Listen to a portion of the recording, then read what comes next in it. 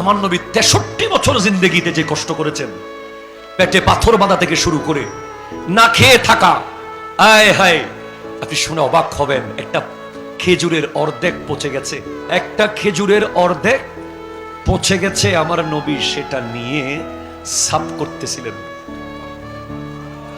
রিওয়ায়াতের মধ্যে এসেছে আমার নবী অর্ধ পচা খেজুরটা নিয়ে যে অর্ধেক ভালো অংশ আছে সেই অর্ধেকটাকে সাফ করে পচা অর্ধেকটাকে চিরে ফেলে পরিষ্কার করছেন। কোন এক সাহাবা বলছেন, ইয়া রাসূলুল্লাহ, এটা কেন নিচ্ছেন? অর্ধেক খেজুর পচা। নবী বলছেন, তোমার নবী 4 দিন ধরে কিছু খায় নাই, উপোস থেকে, পেটে পাথর বেঁধে, পাহাড়ে বন্দি থেকে, গোটা জিন্দেগি উম্মতি উম্মতি করে 21 দিন দাঁড় করিয়ে রেখেছে তায়েফের মানুষ আমার নবীকে গেইটে। 21 দিন।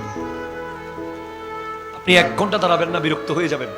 21 দিন তারা গেইটে দাঁড় করিয়ে রেখেছেন। সাহাবায়ে কেরাম বলে, ইয়া রাসূলুল্লাহ, আর কতক্ষণ দাঁড়িয়ে থাকবেন? নবীজি বলেন, যতদিন গেট না খুলবে দাঁড়িয়ে থাকবো। আল্লাহ বলছে তাদেরকে ইসলামের দাওয়াত দিতে। 21 দিন পর তারা গেট খুলেছে।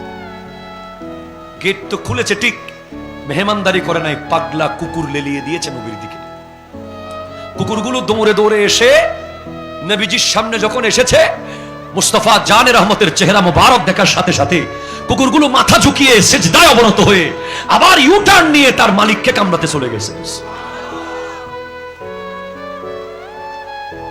ওরা শেষ পর্যন্ত নবীকে তাও ছাড়ে নাই, পাথর মেরে মেরে ওটা আপাদ মস্তক রক্তে রঞ্জিত করেছে। নবীজির খুন মোবারক কপাল থেকে বেয়ে জিসিম মোবারক হয়ে নুরানি খুন মোবারক, যেই রক্তের একটা ফোঁটা কেউ পান করতে পারলে তার জন্য জাহান্নাম হারাম হয়ে যাবে। সেই খুন মোবারক নুরানি জুতা মোবারকের তলায় গিয়ে এমন ভাবে লেগে গিয়েছিল, ইতিহাস তারিখ বলছে নবীজি যখন নালাইন শরীফ জুতা মোবারক খুলেছেন, পায়ের তলার চামড়া মোবারক উঠে গিয়েছিল।